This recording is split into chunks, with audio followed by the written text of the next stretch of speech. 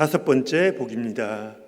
긍휼히 여기는 자는 복이 있나니 그들이 긍휼히 여김을 받을 것이며, 그렇게 말씀하고 있습니다.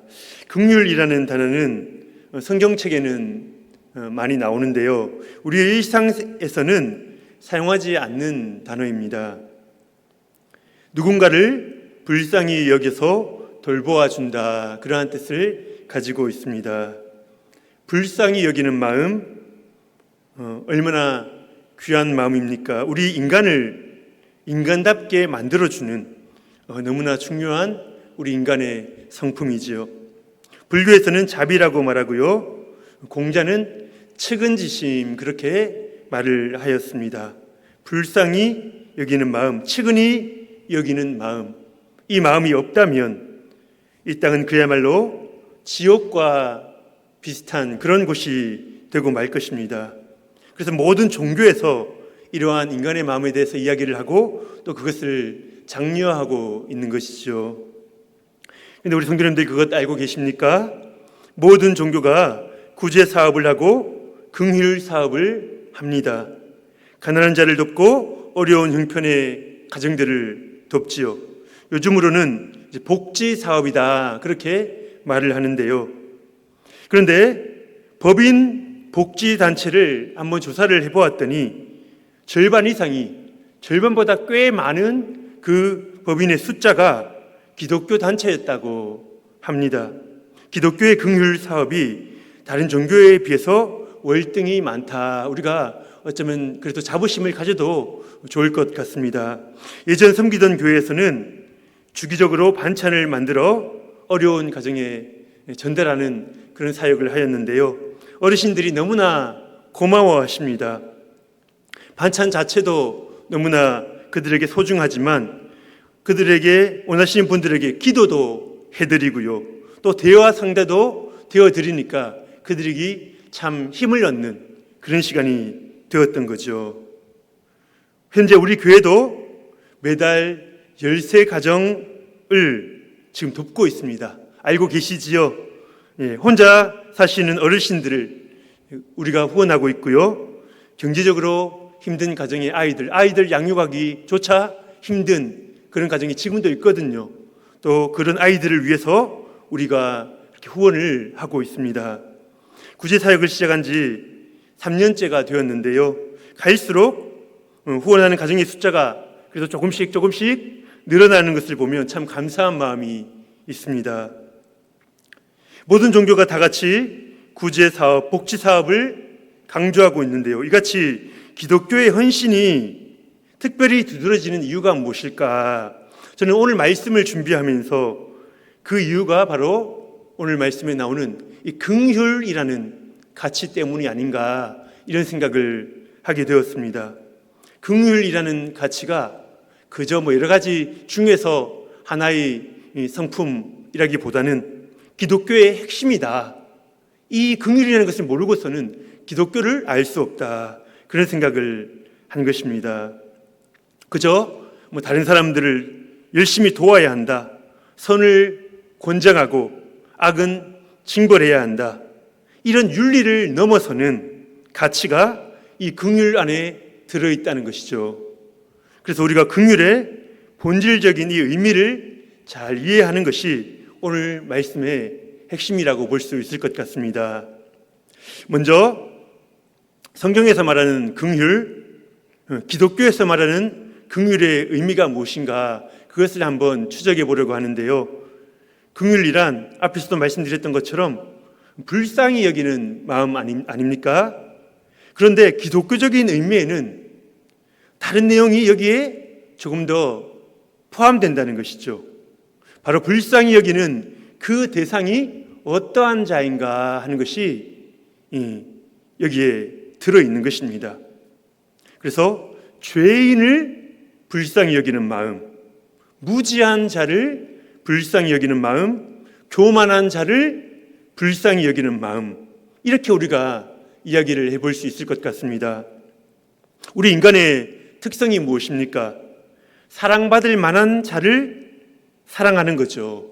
그리고 불쌍히 여길 만한 자를 불쌍히 여기는 것입니다. 이것이 인간의 긍휼이고 인간의 사랑인 것이죠. 그런데 하나님의 성품은 어떻습니까? 하나님은 우리가 아직 죄인 되었을 때에, 우리가 아직 사랑스럽지 않을 때에, 마음이 불편할 때에, 그때 먼저 우리에게로 하나님께서 다가오신 것입니다. 우리가 아직 교만하고 무지하고 우리가 제대로 살고 있지 못한 그때에 우리에게로 다가오신 것이죠. 어떠한 대상에게 긍휼을 베푸는가, 지금 그것에 있어서 기독교의 긍휼의 의미가 큰 차이가 있다는 것입니다. 성경에서 이러한 하나님의 사랑과 긍휼을 표현하는 단어가 있습니다. 히브리어로 헤세드, 그렇게 이야기를 합니다. 이 단어 아마 우리 성도님들 한 번쯤 들어보셨을 것입니다. 긍휼, 자비, 인자 등 여러 가지 우리말로 번역이 되는데요, 구약에만 150번 이상 등장하는 그런 단어입니다. 하나님의 헤세드, 하나님의 그 사랑과 인자, 그 긍휼하심이 잘 표현되어 있는 구절이 있는데요, 우리가 한번 찾아보겠습니다. 예레미야 31장 20절 말씀인데요, 우리 한번 앞에 나오는 거 보고 같이 한번 읽어볼까요? 시작.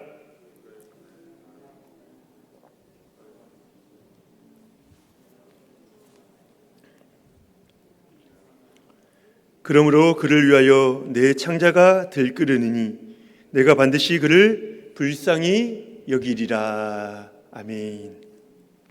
자기 백성 이스라엘을 향한 하나님의 마음입니다. 어떻다고요? 내 창자가 들끓으니 내가 반드시 그를 불쌍히 여기리라. 예레미야서의 핵심이 무엇입니까? 하나님께서 이스라엘을 멸하시기로 이미 마음을 굳히신 것입니다. 그리고 그 앞세대에 있었던 이사야서는요, 그래도 아직 구원의 기회가 남아있는 상태였거든요. 그런데 예레미야 때는 이미 더 이상 이제 희망이 없구나, 하나님이 자기 백성을 흩으시기로 결단하신 것이죠. 그래서 예레미야 선지자의 별명이 무엇입니까? 눈물의 선지자 아닙니까? 눈물로 자기 나라의 멸망을 바라보면서 눈물로 예언했던 선지자입니다. 그런데 그러한 심판 중에서도, 그런 가운데서도 하나님이 오늘 이 말씀을 하고 계시는 것입니다. 내가 지금까지 너희를 책망하기도 했다. 내가 너무 화가 나서 너희를 꾸짖기도 했다는 것입니다. 이토록 말을 듣지 않으니 가슴이 너무 아프다는 거죠. 그런데 하시는 말씀이 무엇입니까? 하지만 지금도 너희를 생각하면 내 창자가 들끓는다. 너희를 향한 그 사랑의 마음, 긍휼의 마음 때문에 창자가 끊어지는 고통이 지금 하나님께 있다는 것입니다. 그래서 하나님 혼자서 또 화를 내셨다가 혼자서 다짐하시는 거죠. 내가 반드시 너희를 불쌍히 여기리라. 너희를 긍휼히 여기리라. 너희를 지금은 바벨론 포로로 내주지만 창자가 끊어지는 이 고통의 마음으로 너희와 함께 하겠다. 그 말씀을 하고 계시는 것입니다. 그래서 결국 예레미야에게 위대한 약속을 주시죠. 무슨 약속입니까? 성령을 우리에게 주시겠다. 성령이 오시기 벌써 한참 500-600년 전의 시대 아닙니까? 미리 약속하시는 거죠. 성령을 우리에게 주셔서 우리와 새로운 언약을 맺겠다. 어떻게 해요? 그 아들을 제물로 내어 주심으로 우리를 온전히 자기의 것으로 삼으시겠다. 너희를 향한 나의 긍휼의 마음을 보여주고야 말겠다. 하나님의 그 각오를 말씀하고 계시는 것입니다. 이러한 하나님의 긍휼하심으로 이 긍휼하심을 누리면서 살고 계십니까? 바로 이 하나님의 긍휼하심 때문에 우리가 구원함을 입어 이렇게 주님 앞에 나와 있는 것이죠. 그래서 우리 구원받는 자에게는요, 이전에는 없었던 새로운 개념의 삶이 우리에게 주어지는데요, 바로 사랑은 사랑인데 사랑스럽지 않은 자에게 주어지는 그 사랑, 그 개념을 배우게 되는 것입니다. 긍휼은 긍휼인데 자격 없는 자에게 주어지는 그 긍휼이 실제로 존재한다, 가능하다는 것을 배우는 것이죠. 세상에는 없는 그 사랑과 긍휼을 하나님께로부터 직접 받은 것입니다. 새로운 사랑을 경험하고 새로운 삶을 선물로 받은 것이죠. 그래서 그리스도인의 가장 놀라운 특권이 무엇입니까? 우리도 사랑스럽지 않은 자를 사랑하게 되고요, 자격이 없는 자, 긍휼을 결코 베풀기 싫은데, 그런 마음이 없는데 그에게 우리가 긍휼을 가지고 나아가고 있는 것입니다. 우리가 많이 듣지 않았습니까? 내 아들을 죽인 자를 양아들로 삼지 않습니까?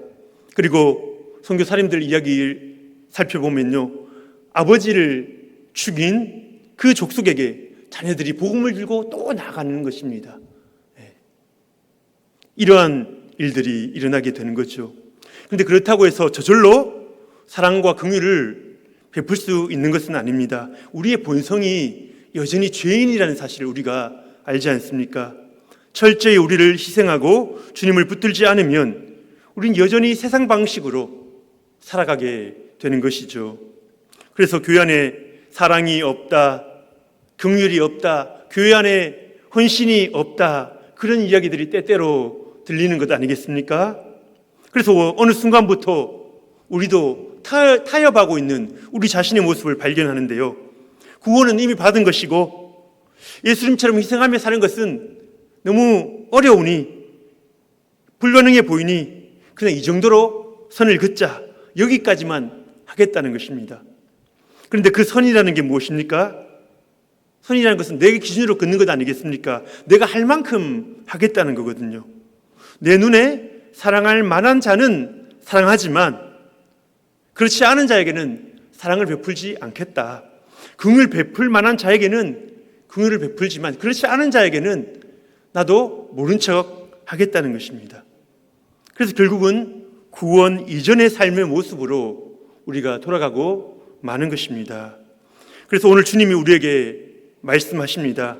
긍휼히 여기는 자는 복이 있나니 그들이 긍휼히 여김을 받을 것이며, 우리는 여전히 하나님의 긍휼을 받아야 하는 존재입니다. 왜요? 우리 여전히 죄인인 것 스스로가 알잖아요. 여전히 하나님 보시기에 사랑스럽지 않은 모습이 많다는 것을 우리 스스로가 알고 있지 않습니까? 오늘도 저희 가운데 살지 않으셨습니까? 우리는 오늘도 주님의 긍휼이 필요한 자들이라는 거죠. 그래서 주님은 우리에게 이렇게 도전하시는 것입니다. 너희들이 먼저 형제들을 긍휼히 여기면서 살아보거라. 나도 너희에게 계속해서 긍휼을 흘려보내주겠다. 형제들을 위해서 창자가 끊어지는 아픔을 너희들도 한번 느껴보거라. 그러면 너희를 향한 나의 고통과 아픔이 어떠한지를 너희도 알 수 있을 것이다. 그래서 주님은 우리에게 주기도문 중에 이런 내용을 주셨죠. 마태복음 6장 12절 말씀인데요, 우리가 매번 암송하면서도 결코 쉽지 않은 부분입니다. 우리 12절 말씀 같이 한번 읽어보겠습니다. 시작. 우리 죄를 사하여 주시옵고.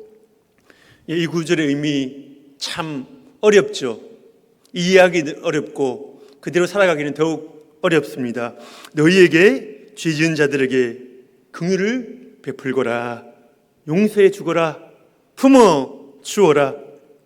그것이 나에게 긍휼을 입은 자들이 살아가는 방식이다. 그러니 그렇게 너희 형제들에게 긍휼을 베풀고 나서 나에게 나와 당당히 요구하여라. 주님, 형제들을 용서하였습니다. 이 죄인도 불쌍히 여겨 주옵소서.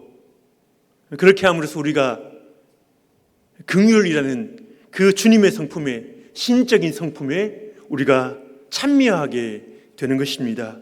우리를 통하여 형제들이 긍휼을 입게 되고요, 이제 또 그들을 통하여 그들의 이웃에게 하나님의 긍휼이, 그 사랑이 흘러가게 되는 것입니다. 오늘 두 번째로 살펴볼 것은 우리가 실제로 긍휼을 베풀어야 할 대상에 대한 것인데요. 앞에서도 우리가 살펴보았듯이 우리가 어떠한 대상에게 긍휼을 베푸느냐 하는 것이 오늘 말씀의 핵심입니다. 여기서 두 가지로 한번 살펴보려고 하는데요. 첫 번째는 우리의 긍휼의 대상은 이 땅에서 소외받은 자들, 무시받는 자들이 되어야 한다는 것이죠. 풀어서 이야기하자면 우리가 베풀어도 이 땅에서는 뭔가를 되돌려받지 못할 그런 자들이 우리의 긍휼의 대상이 되어야 한다는 것입니다. 이것은 우리가 잘 아는 선한 사마리아인의 비유에 잘 나와 있는데요. 한 율법 교사입니다. 예수님을 시험하고자 접근을 해서 질문을 하는 거죠. 선생님, 어떻게 하여야 영생을 얻을 수 있겠습니까? 이 율법사는요, 자신이 율법을 그 조항조항 잘 지키고 있다는 것을 예수님 앞에서, 지켜보는 사람들 앞에서 자랑하고 싶었던 것입니다. 예수님께서는 오히려 이렇게 질문하시죠. 율법에 무엇이라고 기록되어 있느냐? 그리고 너는 그것을 어떻게 해석하느냐? 율법사는 이 질문에도 자신 있게 대답을 합니다. 내 마음을 다하며 목숨을 다하며 힘을 다하며 뜻을 다하여 주 너의 하나님을 사랑하고 또한 내 이웃을 내 자신과 같이 사랑하라 하였습니다. 그렇게 정답을 이야기한 거죠. 예수님께서 그것에 대해서는 칭찬해 주십니다. 잘 대답하였도다. 이것을 행하면 살리라. 이것을 행하면 영생을 얻으리라. 그런데 이때 이 사람이 자신이 율법을 잘 지키고 있다는 것을 더 자랑하고 싶은 거예요. 그래서 주님께 계속해서 질문을 한 것입니다. 그렇다면 주님, 거기서 말하는 그 이웃은 누구를 말하는 것입니까? 이렇게 질문을 하였습니다. 구약 성경에서 말하는 이웃은 자신의 가족, 친척, 친구들을 포함한 함께 사는 그 이 지역의 공동체의 일원을 이야기하는 거거든요. 이들의 필요를 서로가 상호 책임을 지도록 모세 율법에서 명령을 주셨던 거죠. 그래서 이 율법사는 자신이 이들 이웃에게 자신의 의무를 다하고 있다고 생각하고 자신 있게 질문을 던졌던 것입니다. 바리새인들과 율법사들, 율법에 정해진 대로 그 구제 사역을 충실히 감당했습니다. 그런데 그들이 긍휼의 마음으로 하지 않았던 것이죠. 자기 자신을 자랑하고 드러내고 싶은 마음이고요.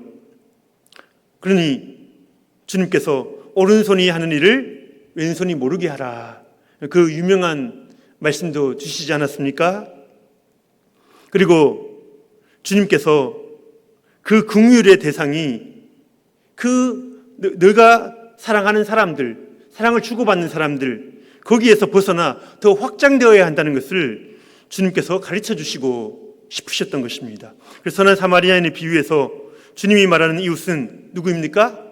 강도당해서 거지인 죽다시피 한 사람인데요. 자기 옆집에 사는 공동체의 일원이 아닙니다. 전혀 얼굴도 모르는, 자기가 책임지지 않아도 비난을 받지 않는 그런 자이죠. 그냥 지나간다고 해도 그를 탓할 사람이 아무도 없습니다. 제사장도 레위인도 그것을 그냥 지나가죠. 죽은 자를 거룩한 내가 어떻게 접촉할 수 있느냐? 나도 지금 예배를 섬기는데 촉박하다. 가서 찬양팀을 인도하는데 시간이 없다. 그들의 변명에 반박할 수 있는 사람이 아무도 없을 것입니다. 그런데 사마리아인의 모습은 다르거든요. 이 사마리아인은 어떻게 합니까? 지나가다가 이 쓰러진 자를 보고 어떤 생각을 합니까? 누가복음 10장 33절 말씀 같이 한번 읽어보겠습니다. 10장 33절 시작.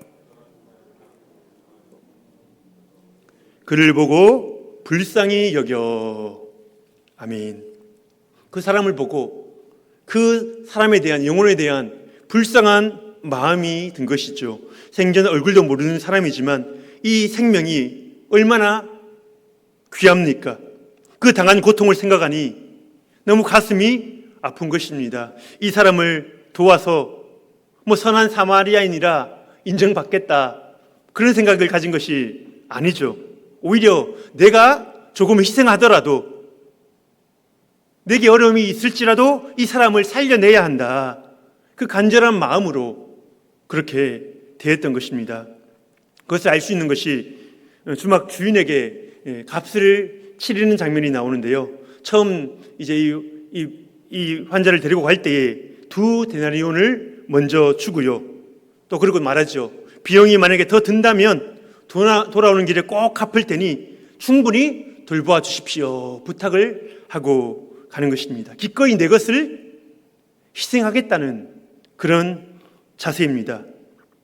이 율법사는 내 이웃이 누구입니까? 라고 질문하면서 자신의 이웃을 돕는 의무를 잘하고 있다고 그 말을 하고 싶었는데, 주님은 네가 이처럼 강도 만난 자의 이웃이 되어주지 않겠느냐, 그 예수님의 긍휼의 마음을 너도 품고 살아가지 않겠느냐, 율법 시험에만 100점 받지 말고 정말 나의 그 긍휼의 마음을 품고 너도 살아가지 않겠느냐, 그렇게 도전하고 계시는 것입니다. 이것이 주님이 원하시는 긍휼인 것이죠. 누가복음 14장 12절에서 14절 말씀, 우리 한 절씩 한번 볼까요? 누가복음 14장 12절에서 14절. 또 자기를 청한 자에게 이르시되 내가 점심이나 저녁이나 베풀거든 벗이나 형제나 친척이나 부한 이웃을 청하지 말라. 두렵건대 그 사람들이 너를 도로 청하여 내게 갚음이 될까 하노라.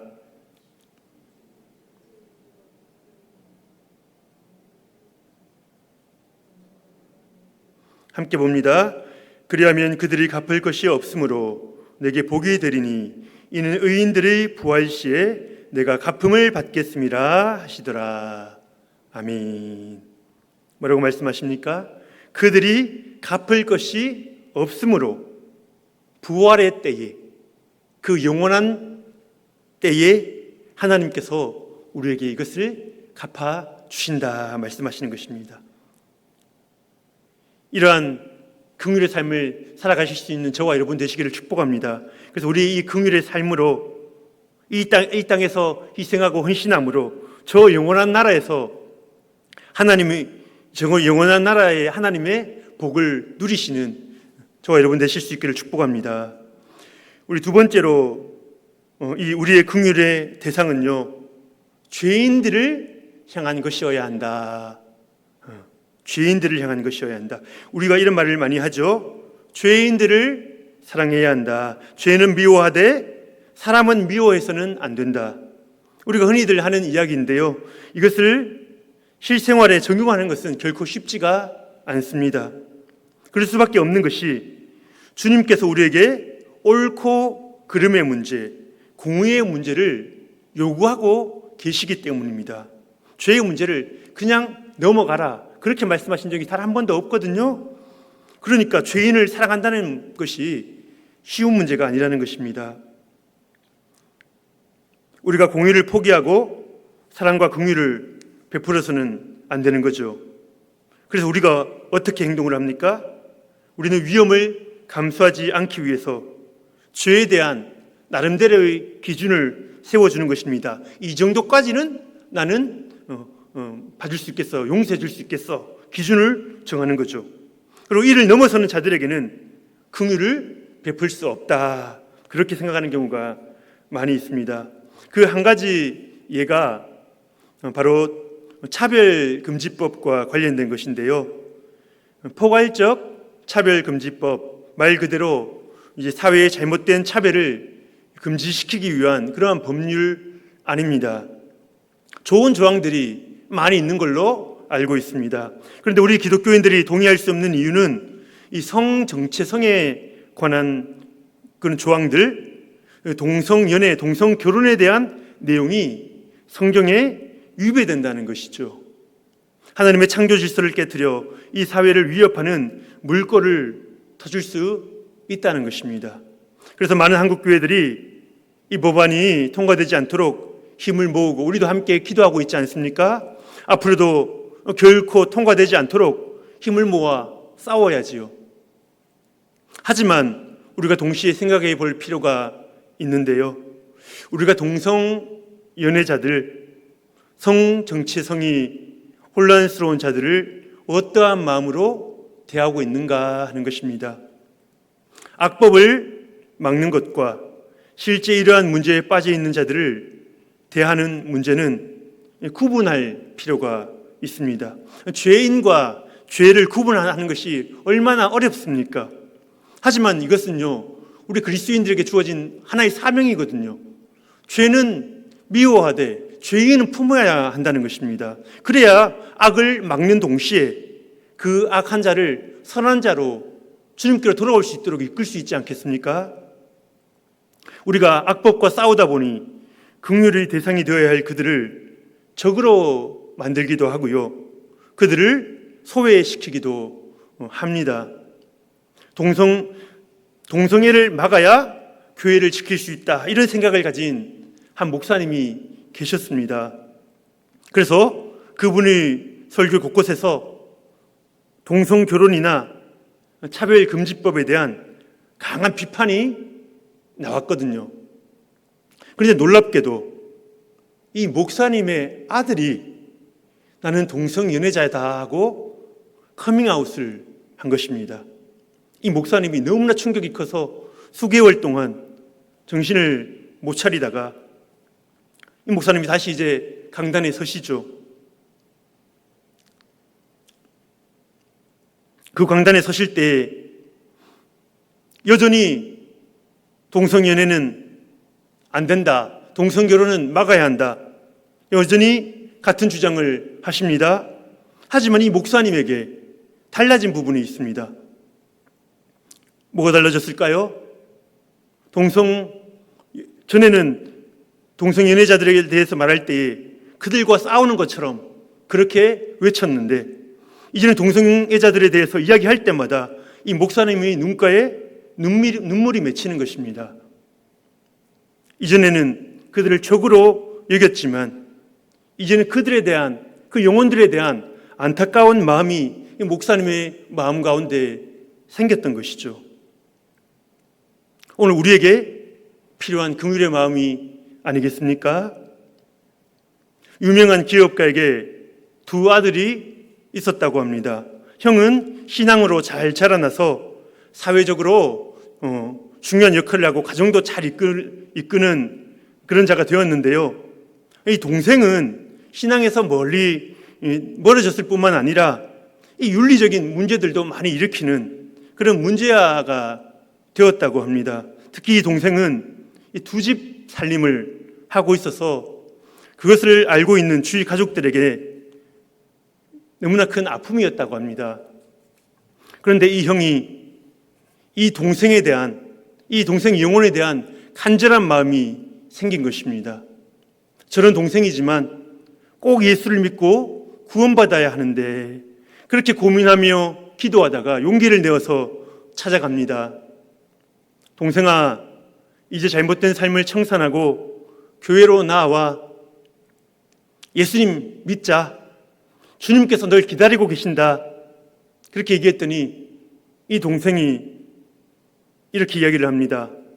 형이 내 상황을 더 잘 알잖아. 두 집 살림해서 식구들 보기도 민망한데 이런 내가 어떻게 교회를 나갈 수 있느냐. 그렇다면 이런 상황이 된다면 여러분들 어떻게 대답하시겠습니까? 부끄러우니까 그런 건 좀 숨기면 된다, 그렇게 말할 수도 있잖아요. 하지만 이 형은 이렇게 이야기를 합니다. 동생아, 괜찮다. 그건 아무것도 아니다. 야곱은 아내가 4명이나 있었지만 하나님의 사랑을 너무나 많이 받았다. 염려 말고 나와라. 그렇게 이야기를 한 것입니다. 이것이 동생을 바라보는 형의 마음이었던 거죠. 죄를 지어도 괜찮다는 것이 결코 아닙니다. 동생을 바라보며 창자가 끊어지는 듯한 그 아픔이 이 형에게 있었던 것이죠. 어떻게 해서든 이 동생이 주님께 돌아오기를 간절히 원했던 것입니다. 사실 실생활에서 죄인에게 긍휼을 베푼다 결코 쉬운 문제가 아닙니다. 하지만 긍휼 그 자체이신 주님께서 성령으로 우리 안에 계시지 않습니까? 예수님이라면 어떻게 하실까? 우리가 고민하며 주님께 물어가며 우리가 나아갈 때에 긍휼의 하나님이 우리 안에 지혜를 부어주실 줄 믿습니다. 그거 믿고 나가는 것입니다. 그거 믿고 긍휼의 마음 부어달라고 간구하면서 저들에게로 우리가 나아가는 것입니다. 이제 말씀을 마무리하려고 합니다. 긍휼히 여기는 자는 복이 있나니 그들이 긍휼히 여김을 받을 것이며 하나님의 긍휼 때문에 우리가 생명을 얻었습니다. 우리가 다른 사람을 긍휼히 여기는 그 순간에 내가 하나님께 긍휼을 받고 있는 자구나, 그것을 깨닫고요 감격하게 되는 것입니다. 그 주님의 긍휼하심이 가족에게로 이웃에게로 확장되어 가는 거죠. 서로가 서로를 긍휼히 여기는 곳, 서로의 죄를 아파하고 함께 울어주는 곳, 그것이 바로 천국 아니겠습니까? 우리 서로를 긍휼히 여김으로 말미암아 이 땅 가운데 이러한 천국을 만들어 가시는 저와 여러분 되실 수 있기를 예수님의 이름으로 축복합니다. 우리 한번 기도하겠습니다.